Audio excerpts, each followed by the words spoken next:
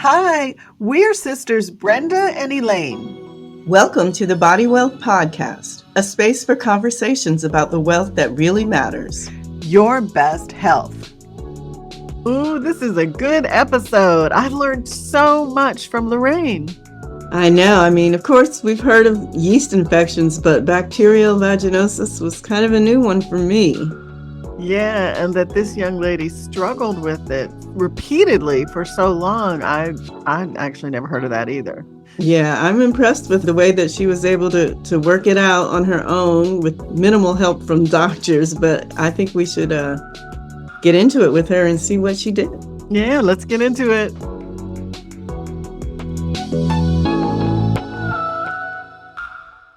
Welcome, Lorraine. We really appreciate you taking the time to talk to us. How are you doing today?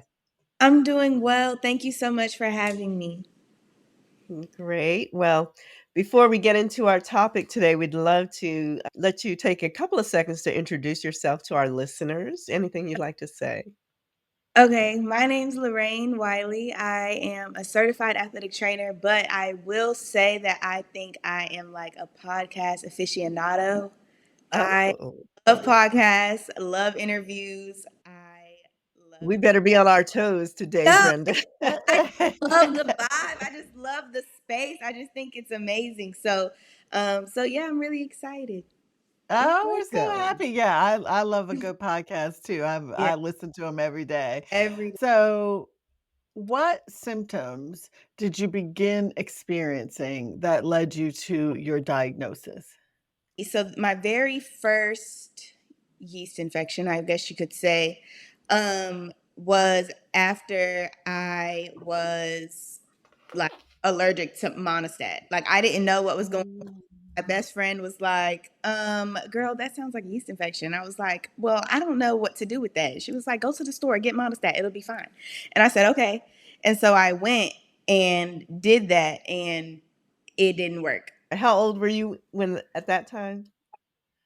Oh, at that time I was 20. Like that was the first time I had ever had one. And after that, it was a few months, and then probably I would say about maybe like a year later, they were just coming all the time. All the time. And so to answer the question, the symptoms was like itching that just wouldn't go away. Um discharge that just wouldn't go away. Overall discomfort. For Okay. sure. So you were a whole year where you used monostat, or you stopped after the Didn't. first time? Yeah, I didn't use monostat. I used what they give you, which is fluconazole, I want to say. Okay. So you did go to a doctor Yeah, after. I ended up like because I had to after that. I ended up going to Right. urgent care.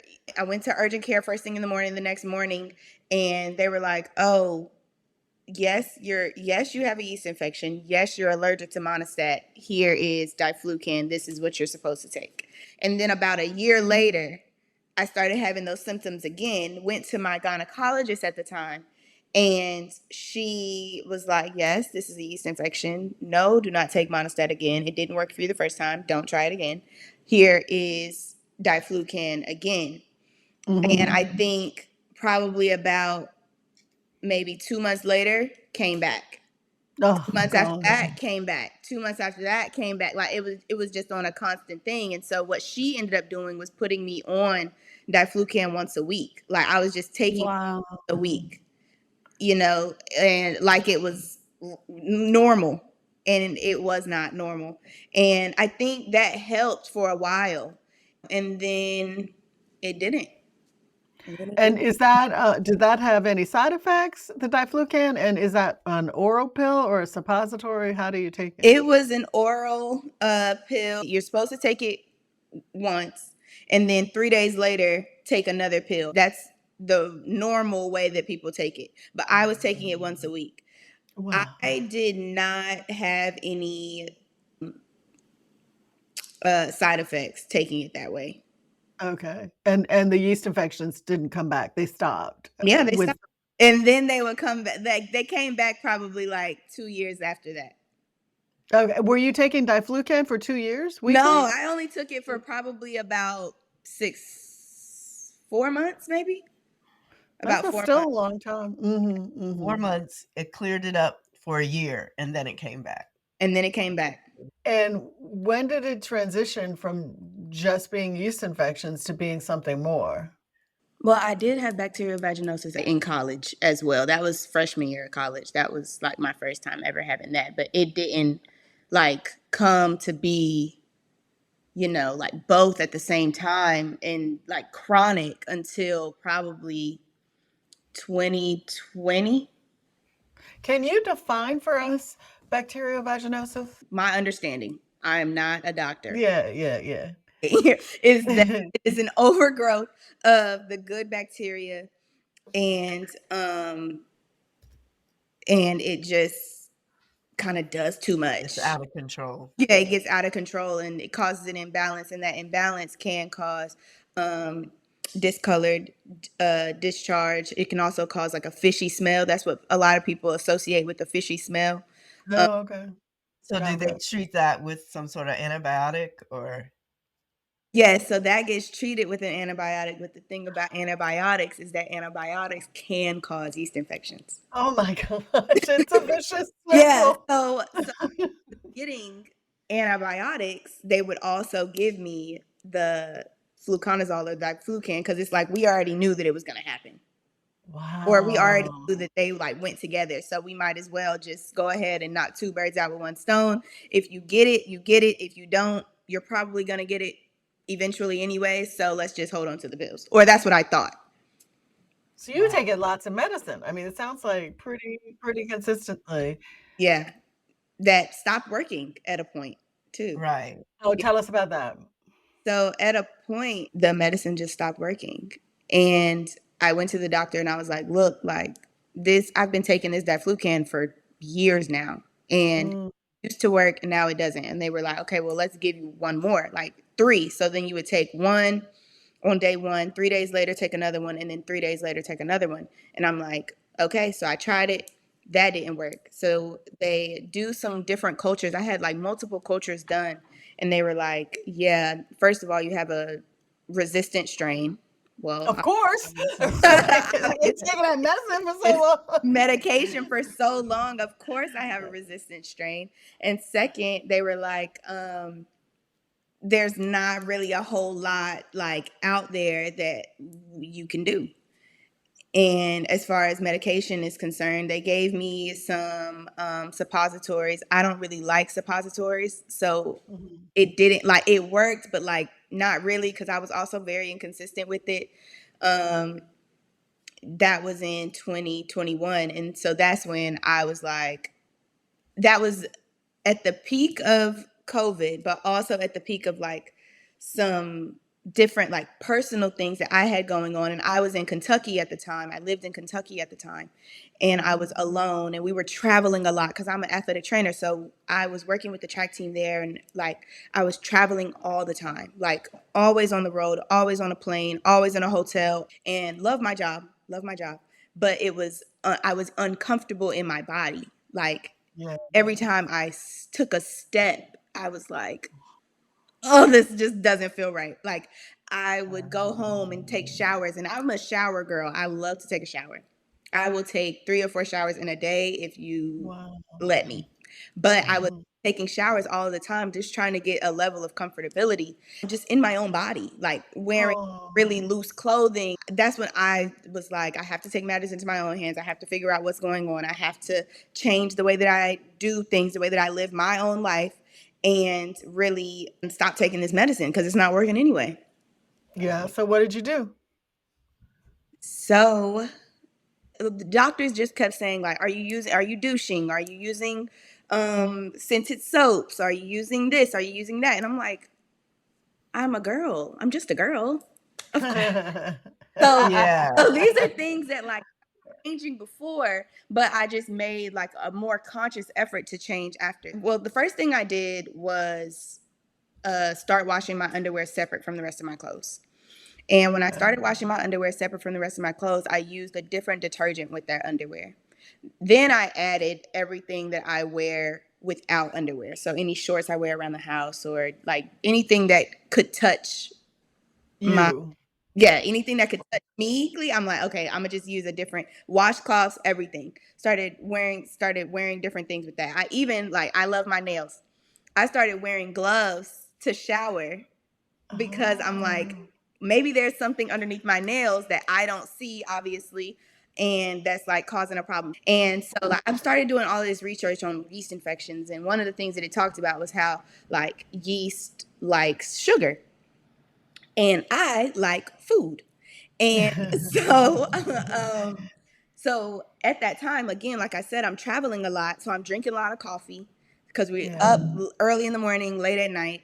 I'm drinking a lot of coffee, and I don't like coffee with my sugar. I like sugar with my coffee, or whichever one, whichever one. Yeah, yeah, I know what you like sugar in your coffee. Yeah, it really is harder to take care of yourself when you're traveling and you don't have a regular schedule. So hard, and it's not just like actual sugar, it's like things that turn into sugar, so like refined carbohydrates. So like we're talking Right. about the potatoes and the pasta and the bread and all that type of stuff, which like I said, like I first of all love to cook, second of all love to eat. I want to eat those foods.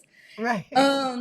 The other thing that I had to like really pay attention to was like the fried food that I was eating. Because fried food also, like can feed the yeast.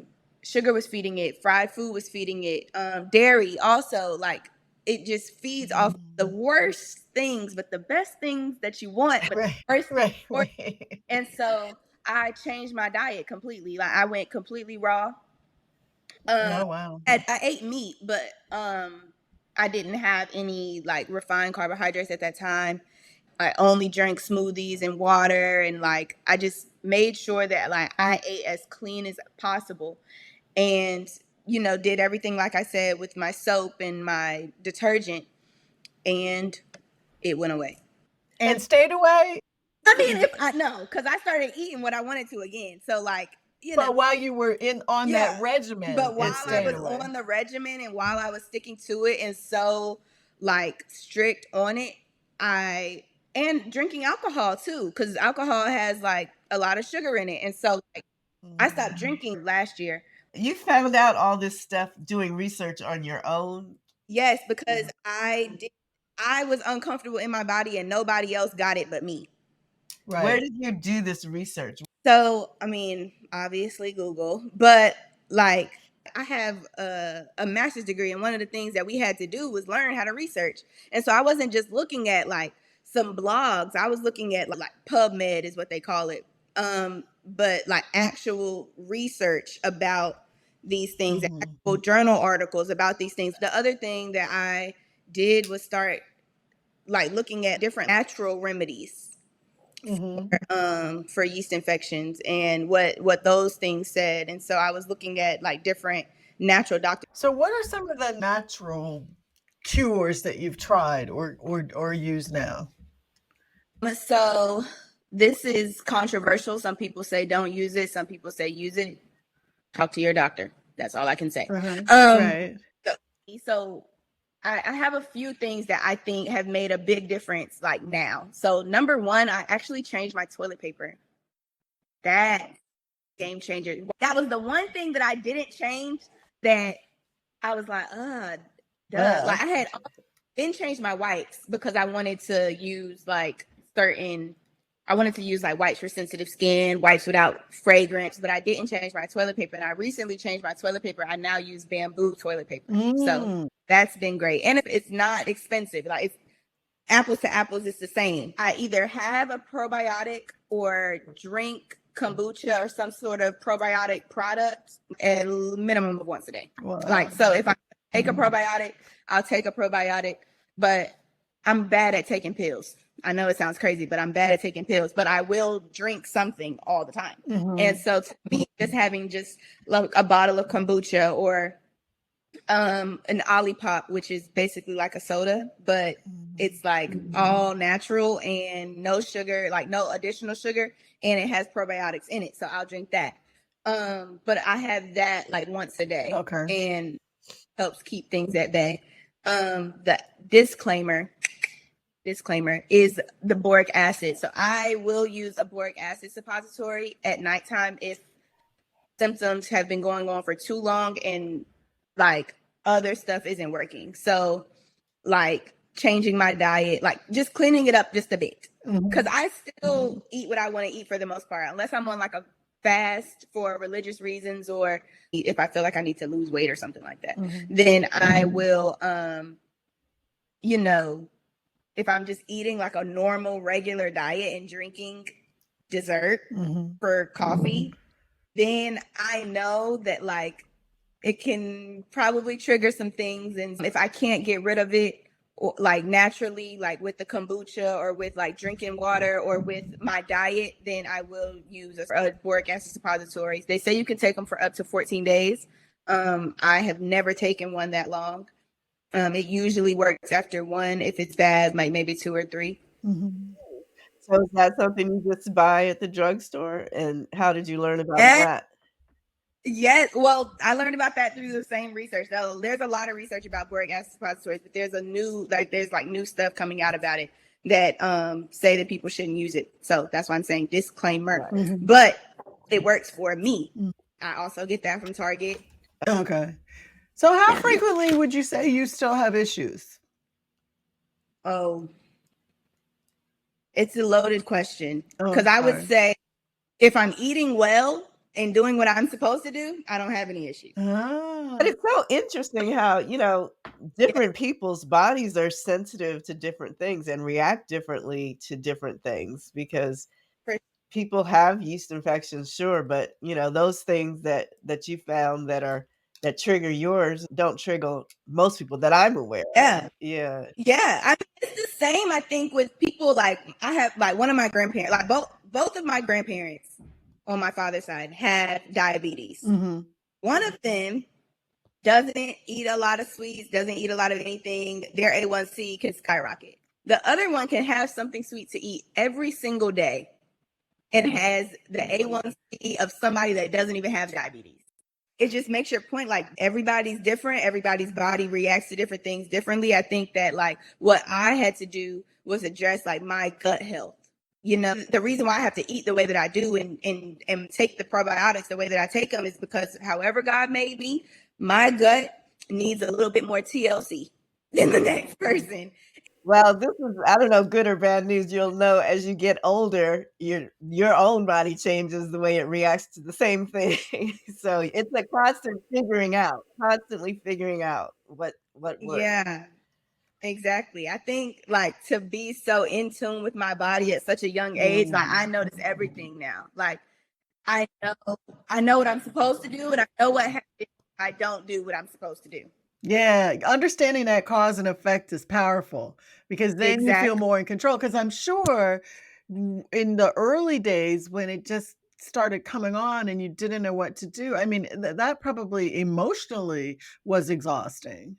I mean, yeah, definitely. And even when I was learning what to do, it didn't just pop overnight and then the symptoms went away. So it took a major toll on me at that time, like a major toll. And I was like in between therapists at the time. It was just me, God, and Google, like trying to work this because I'm like, God, please, please deliver me from this because I can't take it anymore. I have enough going on with my job and enough going on with how I'm even going to pack for this 14-day long trip that we're got to go on and I can't take this anymore. So stress, as usual, was probably a factor in contributing to For sure. Easily, definitely made it worse or didn't make it better.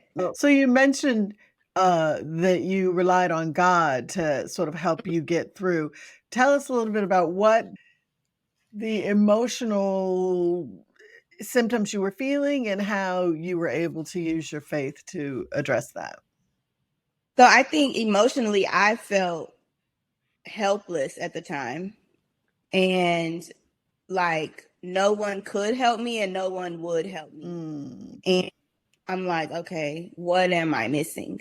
And one thing that I know is that I have everything that I need. I just read that in First Peter, actually. Like you have all that you need. And it's the key is to tap into it. So the thing is, for me, it was about asking God to show me what it was that I already like that was already here. So where's the information? How can I find it? And so for me, faith-wise, it was about asking God for my health again, for sure. And then also just asking him to show me, point me in the direction, to show me where it is that I need to go. Where it is that I need to find the answer. And the key is being able to listen to the direction that you get from there, which is hard. And being obedient to that. Definitely. So how did this affect this constant chronic issues and this process that you went through and trying to solve it on your own affect your relationships with your friends and other people, boyfriends? So I think my friends would ask me about it. I mean, you didn't hide it with your friends. Everybody knew that you were struggling. No, I'm an open book. I probably shouldn't be open book. So like, it ain't nothing that somebody can't ask me that I'm not gonna be able to, that I don't have an opinion on. You know, I will mind my business, but if you ask me, I'm gonna tell you. I got something to say. So so it was really with my friends, it was more so like telling them about my experience. With significant others, with like men, it was like embarrassing, for sure. But I wasn't really doing a lot of dating at the time, so it really didn't affect anything. Well, I would think, that would help you be a little more, just careful about who you more disciplined. Yeah. Yeah, definitely more careful with what you did, for sure.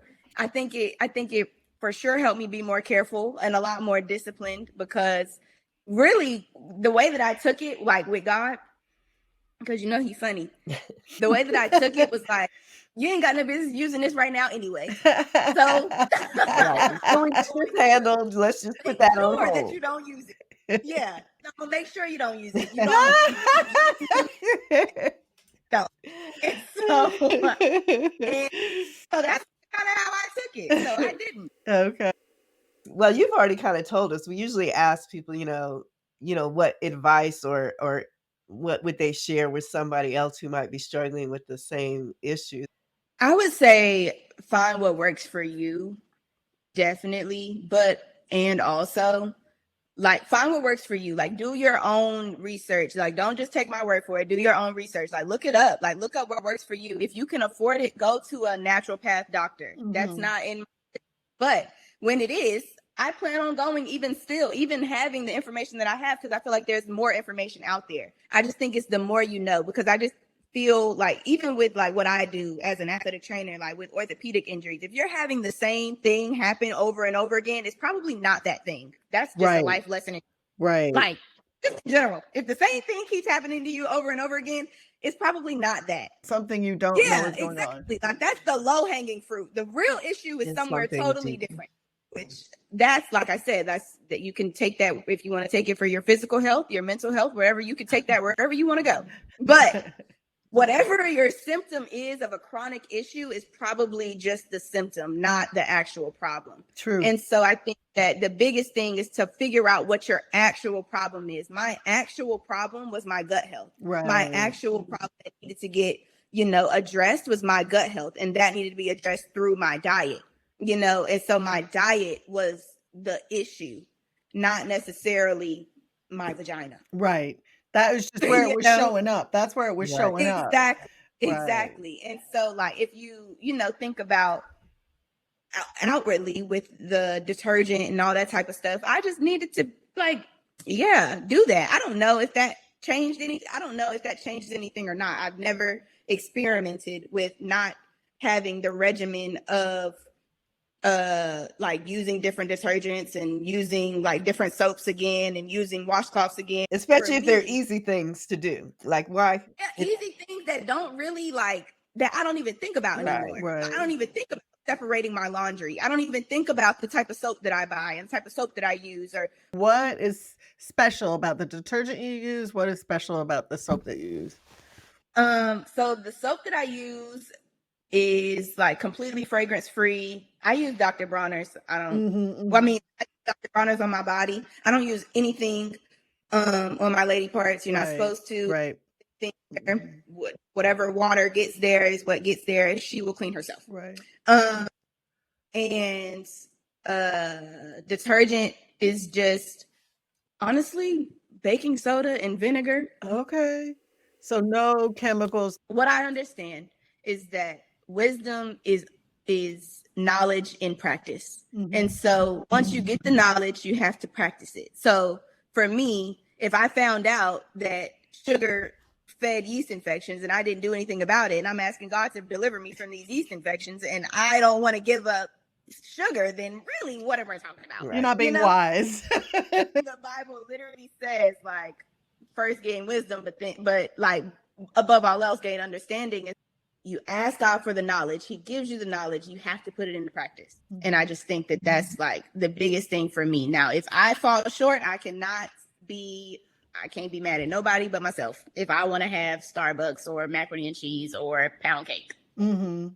can't be mad at nobody Take else. ownership But for the result. Right. yeah, exactly. And then you know how to fix it.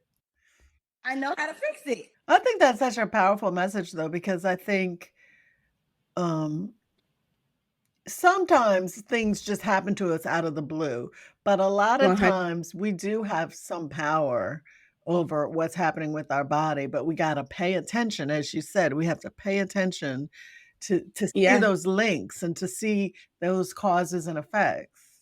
Yeah, I agree. I definitely agree. Like I said, the answers are always there. You have everything that you just got to figure out like where to go. Thank you so much. This has really been fun talking to you, and we appreciate your sharing your story. So, who or what inspires you to work towards your best health? It's going to sound crazy, but the first thing that comes into my mind are people that are not even born. Like, Mm. I am not married. I do not have any kids, but I just feel like what's important to me is to be able to model the behavior for people that like are not even here yet. They Mm. thought of, because some people say like they not even thought of. Well, they definitely thought of. They thought of. Beautiful. Brenda, what did you take away from our conversation with Lorraine? Well, my first takeaway is that, if something keeps coming back, you treat it and it comes back, you treat it and it comes back, then stop just looking at that thing and look for a bigger, deeper root cause. And she's understood that from her work as an athletic trainer, but it translates to so much else in our bodies. Yeah, and she figured out that everything that touches your body and everything that you put in your body can have effect on your well-being. She looked at the laundry detergent she was using on her underwear. She looked at the sugar that she was putting in her body that was contributing to the yeast infections, even changed her toilet paper. Everything that we touch is connected to how our body reacts, and everyone reacts differently, but you have to be in touch with your own body to know what is causing some of these issues. I also liked what Lorraine said about sugar. Well, you can universally say, I'm never going to touch a grain of sugar ever again. But one of the things I took away from her is like, well, sometimes you might have that sweet thing, and then you're going to have to deal with the consequences of having done that. And so Right, she made a conscious choice, and she's like, I know what's going to happen, and I choose to go ahead and deal with that consequence, and, Right. and that's power too. Yeah, as long as you don't do it too often, I think Right. that's good. So bravo, Lorraine. Yes, thanks for sharing all that good information. Thanks for listening. We hope this episode inspires you to increase your body wealth. If you like our show, please subscribe and tell a friend. For resources related to this topic, please see the show notes. And be sure to follow us on Instagram at Body Wealth Sisters. The Body Wealth Podcast shares personal stories to inspire you. It does not constitute medical advice. For that, we encourage you to work with a trusted healthcare provider. We also want to remind you that the views expressed by our guests are their own. This podcast is dedicated to our mother, Jean Fernandez Barbour, who showed us what advocating for yourself really looks like.